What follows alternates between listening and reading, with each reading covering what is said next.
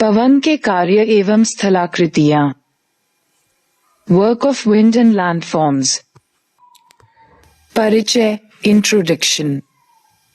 भूधरातल पर स्थलाकृतियों के निर्माण के लिए उत्तरदायी अन्य कारकों के समान पवन द्वारा किया जाने वाला कार्यक्षेत्र बहुत व्यापक नहीं होता है, क्योंकि पवन अपने आदर्श रूप में केवल मरुभूमियों अथवा मरुस्थलीय क्षेत्रों में ही क्रियाशील रहती है। इसका कारण स्पष्ट है कि मरुभूमियों में एक तो वर्षा नामात्र की होती है तथा दूसरे आर्द्रता की कमी तथा वनस्पतियों के अभाव के कारण मिट्टी के कण ढीले रहते हैं। इससे पवन को यांत्रिक अपक्षय की क्रिया में काफी सहायता मिलती है। ढीले अपक्षयित पदार्थों की काफी मात्रा मरुस्थलीय क्षेत्रों में प्राप्त होती है, जिसे पवन एक स्थान से दूसरे स्थान पर उड़ाकर अपने साथ ले जाती है। इससे एक स्थान पर जहां अपर्दन होता है, वहीं दूसरे स्थान पर निक्षेपण की क्रिया संपन्न होती है। इन क्षेत्रों में ऊंचे प्राकृतिक अवरोधों का पूर्णतः अभाव होने के कारण पवन द्वारा दूर दूर तक अपना कार्य स्वच्छंद रूप में निर्बाध गति से किया जाता है। पवन के अपर्दनात्मक क्रिया द्वारा निर्मित स्थलाकृतियां। शुष्क एवं अर्धशुष्क मरुस्थलीय भागों में पवन ही अपर्दन का सबसे शक्तिशाली साधन होता है। इन क्षेत्रों में तीव्र गति से प्रवाहित होने वाले पवन द्वारा बालू अथवा धूल के कणों की सहायता से अपर्दन की क्रिया संपन्न होती है। इसका अपर्दनात्मक कार्य मुख्यतः भौतिक ही होता है, जो अपघर्षण, संघर्षण तथा अपवाहन के रूप में किया जाता है। पवन के अपर्दनात्मक कार्यों पर वायु का वेग, धूल कणों का आकार तथा ऊंचाई, चट्टानों की संरचना, जलवायु आदि कारकों का प्रभाव मुख्य रूप से पड़ता है। पवन के अपर्दनात्मक कार्यों के परिणामस्वरूप निम्नलिखित भू आकृतियों का निर्माण होता है। वातगर्त, ब्लो आउट। पवन के अपवाहन कार्य द्वारा अर्धशुष्क मरुस्थलीय क्षेत्रों से धरातल पर बिछी कोमल एवं असंगठित चट्टानों को उड़ा दिए जाने के कारण छोटे छोटे गर्तों का निर्माण हो जाता है, जो क्रमशः बढ़कर बड़ा आकार धारण कर लेते हैं।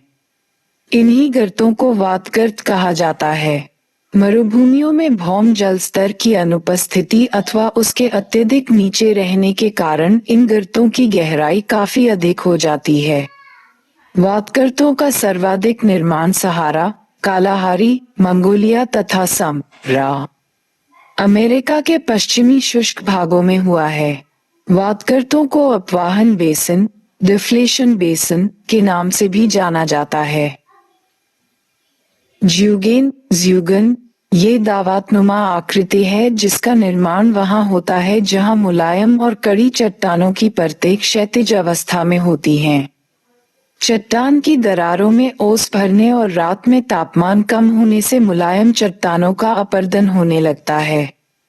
कठोर चट्टानी भाग टोपी की भांति नजर आता है, इन्हें ही ज्यूगेन कहते हैं। छत्रक शिला या गारा, मशरूम रॉक और ग्यारा मरुस्थलीय भागों में ऊपर निकली हुई चट्टानों का सबसे अधिक अपर्दन धरातल से कुछ ऊपर ही होता है, क्योंकि यहाँ हवा में बालू के कणों की मात्रा सर्वाधिक होती है और उस पर धरातलीय घर्षण क्रिया का प्रभाव भी नहीं पड़ता है। अधिकतम अपर्दन वाली इस ऊंचाई की तुलना में ऊपर की ओर बालू के कणों की कमी के कारण तथा नीचे धरातलीय घर्षण के कारण अपर्दन की क्रिया क्रमशः घट जाती है। इस प्रकार ऐसी चट्टानों का आकार छत्रक, अम्ब्रेला की भांति हो जाता है, जिसे छत्रक शिला कहते हैं। ऊपर की ओर कड़े अवरोधी चट्टानों के शीर्ष वाले ये छत्रक शिला एक संकीर्ण आधार पर काफी लंबे समय तक खड़े रहते हैं। छत्रक शिला, अम्ब्रेला स्टोन को सहारा के रेगिस्तान में गारा कहा जाता है तथा जर्मनी में पिट्सफेल्सन के नाम से जाना जाता है। उदाहरण उत्तरी मध्य कैंसस में स्थित स्मोकी हिल क्षेत्र।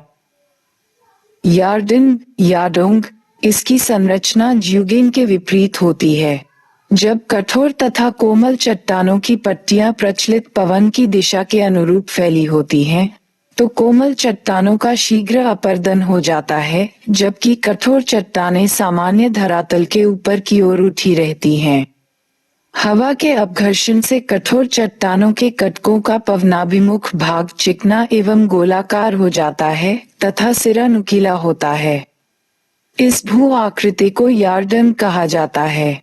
इसकी ऊंचाई 20 फीट तथा चौड़ाई 30 से 120 फीट तक होती है। उदाहरण मध्य एशिया का कुरुंग दरिया क्षेत्र, इंसलबर्ग्स, नग्न चट्टानों वाले मरुस्थलीय। धरातल पर हवा की अपघर्षण एवं अपवाहन की क्रिया के कारण गर्त आदि पुनर्तः समाप्त हो जाते हैं एवं धरातल समतल तथा चौरस बन जाता है। फिर भी कुछ कठोर चट्टानी भाग धरातल के ऊपर उठे रहते हैं, जो हवा की अपरदनात्मक क्रियाओं द्वारा गुंबद का आकार धारण कर लेते हैं। कठोर चट्टानों वाले ये पहाड़ी टीले इंसलबर्ग के नाम से जाने जाते हैं। ये दूर से सागरीय द्वीपों की भांति दिखाई पड़ते हैं। उदाहरण उलुरू, ऑस्ट्रेलिया।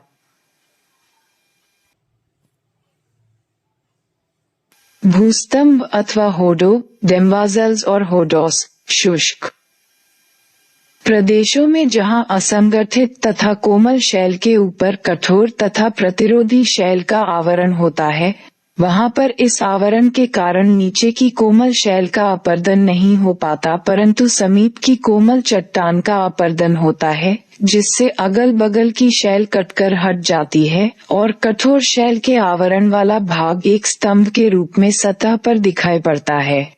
इसे भूस्तंभ कहा जाता है। जालीदार शिला, स्टोन लैटिस, जब तीव्र गति से चलने वाली धूल आदि से भरी हवा के मार्ग में विविधतापूर्ण संरचना वाली चट्टान उपस्थित होती है, तब उसके कोमल भागों को काटकर हवा आर पार प्रवाहित होने लगती है, जिससे वह चट्टान जाली की भांति बन जाती है। इस प्रकार की आकृति को जालीदार शिला कहा जाता है। ऐसी चट्टानें रॉकी पर्वतीय क्षेत्र में बालुका प्रस्तर वाली चट्टानों में पाई जाती हैं। ड्रेकांटर धरातल पर बिछे कठोर चट्टानी टुकड़ों पर बालुयुक्त हवा की चोट पड़ने से उनका आकार घिसकर चिकना एवं तिकोना हो जाता है।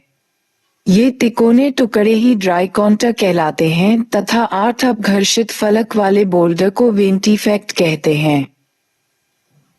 पवन के निक्षेपणात्मक क्रिया द्वारा निर्मित स्थलाकृतियां। जब पवन की गति कम हो जाती है तो उसके द्वारा उड़ाकर लाए गए अवसादों का निक्षेपण प्रारंभ हो जाता है। पवन की निक्षेपण क्रिया से निर्मित होने वाली प्रमुख स्थलाकृतियां निम्नलिखित हैं। बालुका स्तूप, सैंड ड्यून्स। पवन द्वारा निर्मित निक्षेपणात्मक स्थलाकृतियों में बालुका स्तूप सर्वाधिक महत्वपूर्ण होते हैं। ऐसे टीले अथवा कटक जो हवा द्वारा उड़ाकर लाई गई बालू आदि पदार्थों के जमाव से बनते हैं, बालुका स्तूप कहलाते हैं। इनमें शिखर भाग का मिलना आवश्यक होता है। ये गोल अथवा अंडाकार से लेकर छोटे कटकों अथवा लंबे, सीधे एवं वक्राकार रूप में पाए जाते हैं। एक आदर्श स्तूप में पवनाभिमुख भाग लंबा एवं ढाल मंद होता है, जबकि विपरीत दिशा का ढाल अधिक तीव्र होता है।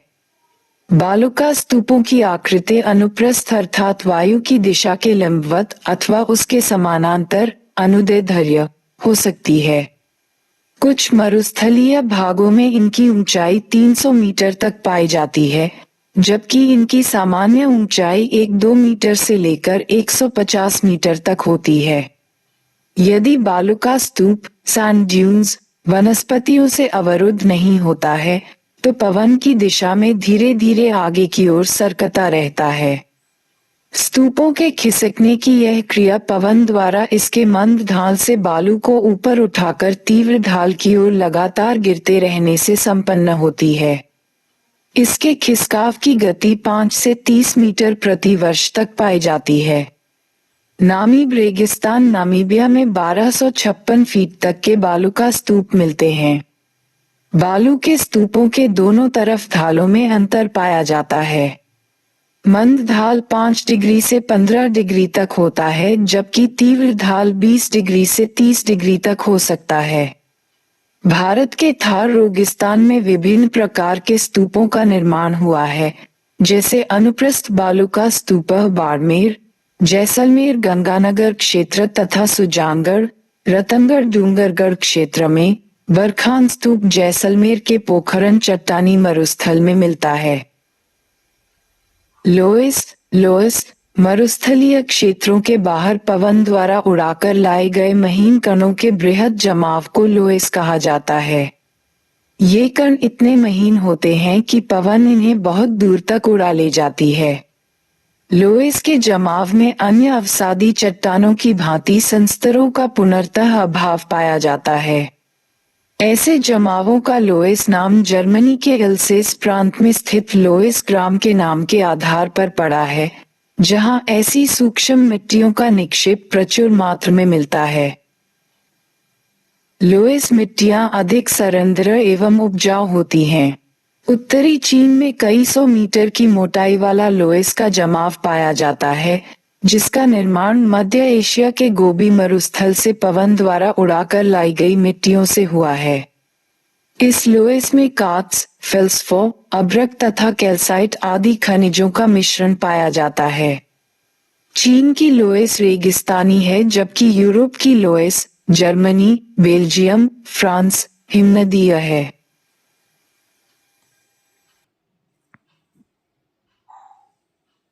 बरखास यह एक विशेष आकृति वाला बालू का टीला होता है, जिसका अग्रभाग अर्धचंद्राकार होता है और उसके दोनों छोरों पर आगे की ओर नुकीली सींग जैसी आकृति निकली रहती है।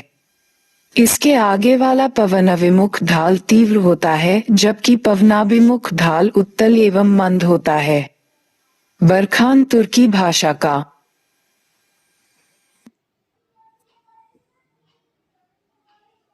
शब्द है, जिसका तात्पर्य किर्गिज क्षेत्र में बालू की पहाड़ी से है।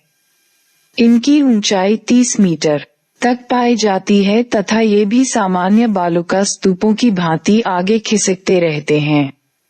बरखान सबसे अधिक संख्या में तुर्किस्तान में पाए जाते हैं। तुर्किस्तान में अलग अलग मौसम में पवनें अलग अलग उत्तर दक्षिण दिशा में प्रवाहित होती है, जिस कारण बरखान की दिशा में भी परिवर्तन होता है। जब बरखान एक श्रृंखला के रूप में हो जाते हैं तो इनको पार करना कठिन हो जाता है। ऐसी परिस्थितियों में बरखान की श्रेणियों के मध्य स्थित रेतमुक्त कादरा या गासी द्वारा मार्ग बनाया जाता है। इसी गासी से होकर मरुस्थल में ऊंट के काफिले चलते हैं।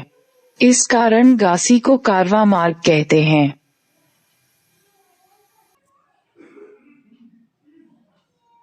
पेडिमेंट मरुस्थलीय प्रदेशों में मिलने वाले किसी पर्वत, पठार अथवा विशाल आकार वाले इनसेलबर्ग के पाद प्रदेश फुटहिल रीजन में मिलने वाले सामान्य ढालयुक्त अपर्दित शैल सतह वाले मैदान को पेडिमेंट कहा जाता है।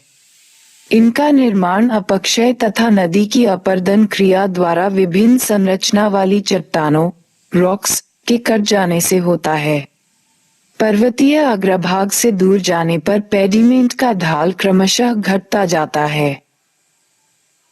बजाडा या बजडा और बाड़ा पर्वतीय अग्रभाग में नदियों द्वारा मलबा के निक्षेपण से निर्मित मंद ढाल वाले मैदानों को बजाडा अथवा बहादा कहते हैं। ये प्लाया से मिला हुआ रहता है। इनका निर्माण पेडिमेंट के नीचे तथा प्लाया के किनारों पर जलोढ़ पंखों के मिलने से होता है।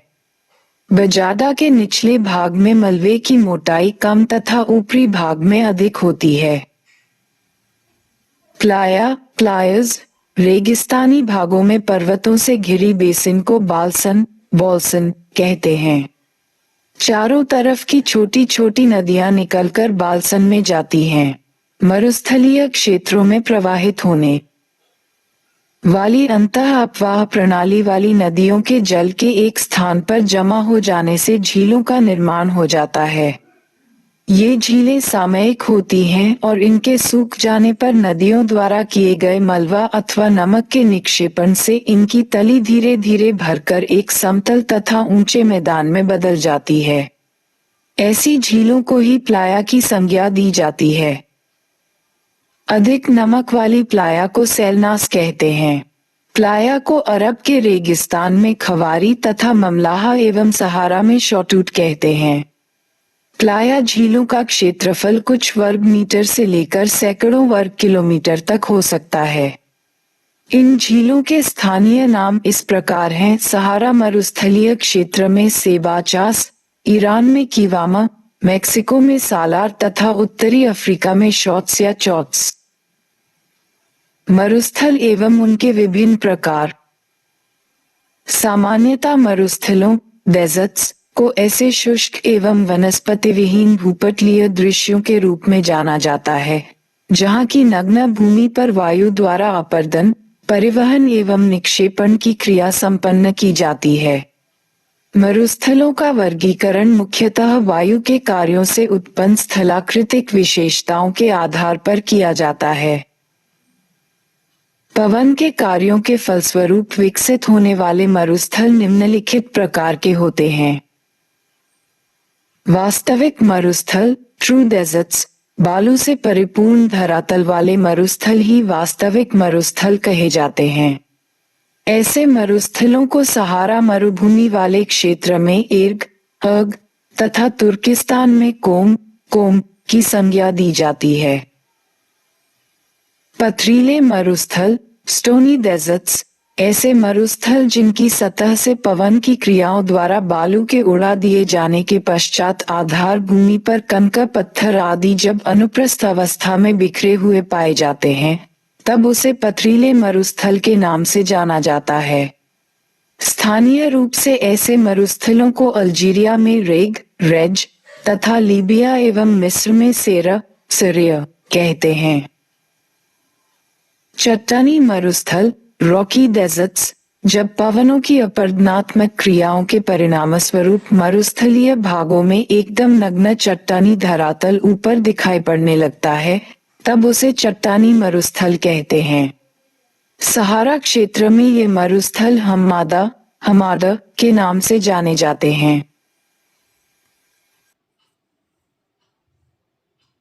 पर्वत एवं बाल्सन मरुस्थल माउंटेन एंड बाल्सन डेजर्ट्स, विशिष्ट रूप में जब कोई मरुस्थलीय भाग चारों ओर से पर्वतों से घिरा रहता है तब उसे पर्वत एवं बाल्सन मरुस्थल कहते हैं।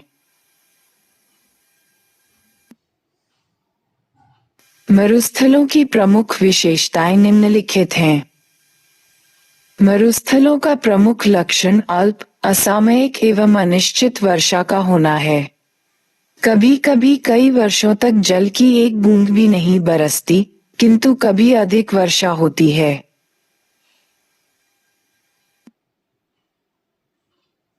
यहाँ तापांतर अधिक रहता है, अतः भौतिक अपक्षय की क्रिया अत्यंत महत्वपूर्ण होती है। मरुस्थलों में वाष्पीकरण की क्रिया बहुत तीव्र होती है। मरुस्थलों में नदियां छोटी होने पर इनमें बाढ़ तक आ जाती है। प्रायः मरुस्थल अल्प वनस्पति वाले क्षेत्र होते हैं। यहाँ कटीली झाड़ियाँ, छोटे छोटे पेड़ पौधे तथा खजूर के वृक्ष मिलते हैं।